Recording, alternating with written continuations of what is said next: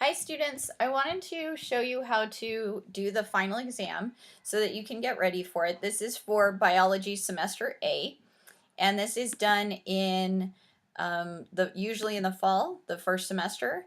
On this final exam, you are going to have 30 questions, and almost all of them are going to be multiple choice, but there's going to be a small number, like 2 to 3, that will be true false. There will be no written questions or fill-in questions on the final exams, just multiple choice or a couple true false. So we're going to jump right in and get started. What is the equation that summarizes the process of photosynthesis? You won't need to know this equation, but you'll need to be able to pick out that it is H2O, water, plus CO2 plus light equals sugar and oxygen. So be able to identify that equation out of a set of choices. The principal chemical compound that living things use to store energy, this was straight off of our labs. Modeling photosynthesis and cell respiration, the answer is ATP. In addition to light and chlorophyll, photosynthesis requires, what is required as part of photosynthesis? This says light and chlorophyll, but what else would you need? You need water and carbon dioxide. The principal pigment in plants is chlorophyll. The color of light that is least useful for plants, so they reflect it, is, what color is least useful? So it's the color you see on plants. They get rid of it and they shoot it to your eyes. The colors are like a green and a yellow. Is not useful to plants. What does an organism break down during cell respiration? What gets broken apart during cell respiration? The answer is sugar. This is one of your true-false questions. Both plants and animals undergo cell respiration. That, of course, is true. A lot of people think plants only do photosynthesis, but they actually have cell respiration because when it's dark, they have to have another method to breathe, so they have cell respiration. What organelle is responsible for cell respiration in cells? So in like 7th grade biology, a lot of teachers call it the mighty mitochondria, is what holds cell respiration in cells. Okay, ATP is useful for cells because it is an energy storage molecule. Okay, cell respiration does not occur in plants because they already have photosynthesis happening. We just covered this. See if you can get this true-false question. Does cell respiration not occur in plants? That is false. It totally occurs in plants when the plants are in the dark and still need to be able to breathe. Suppose the producers in a certain ecosystem are dying out because there's not very many nutrients in the water and the soil. So plants are dying because there's no nutrients in the water and soil. What would be the cause of the low nutrients? What would be the cause of that? Well, that would be, you would want to look at some of the decomposers and find out why the decomposers are not breaking down and recycling nutrients. Okay, suppose an ecosystem loses all of its consumers to a disease. So everything that eats the plants have been lost to a disease.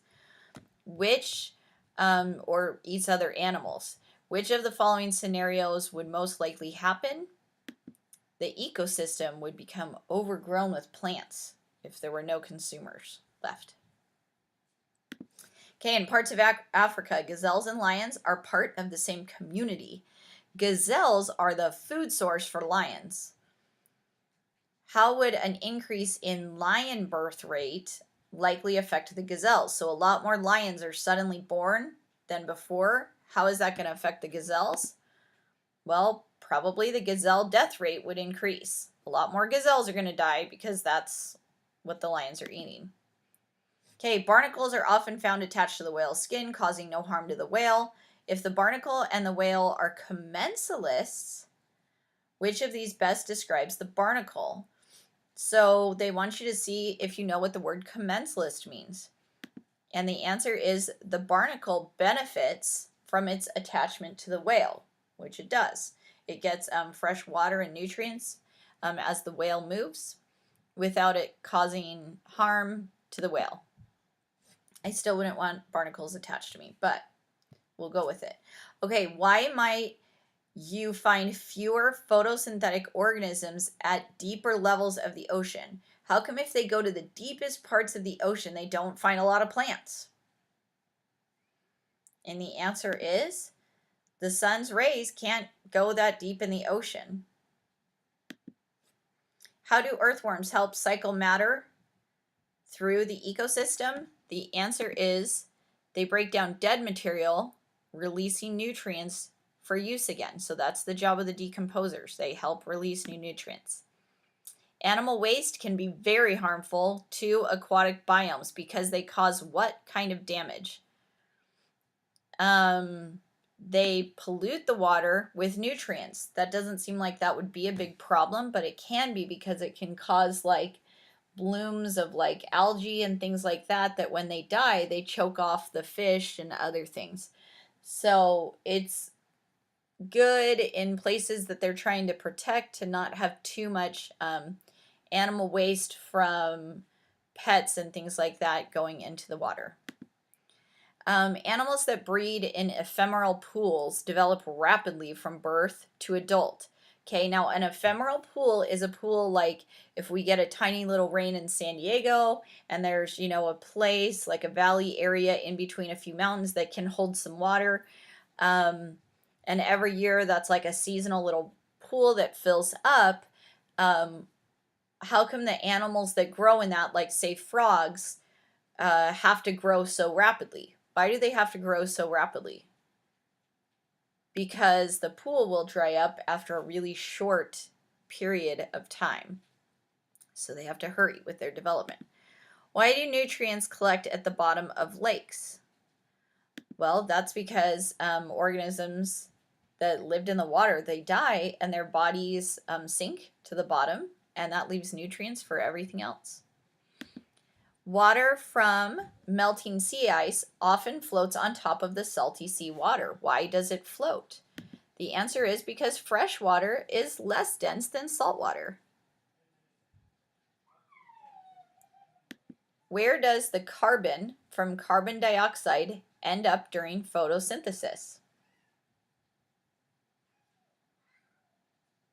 The carbon ends up being made into sugar. Why do we need to keep breathing after we exercise? We need to keep breathing to bring in more oxygen for our cells to make more ATP that we used up during exercise. Okay, a scuba diver notices that at certain depths, her surroundings all look blue. However, when she switches on her flashlight, suddenly everything's more colorful. This is because blue light actually makes it really deep into the water when other lights kind of stop. I actually had a lot of my dive pictures are way bluer than I want them to be. But it is because other lights stop along the way. What types of abiotic factors affect a lake?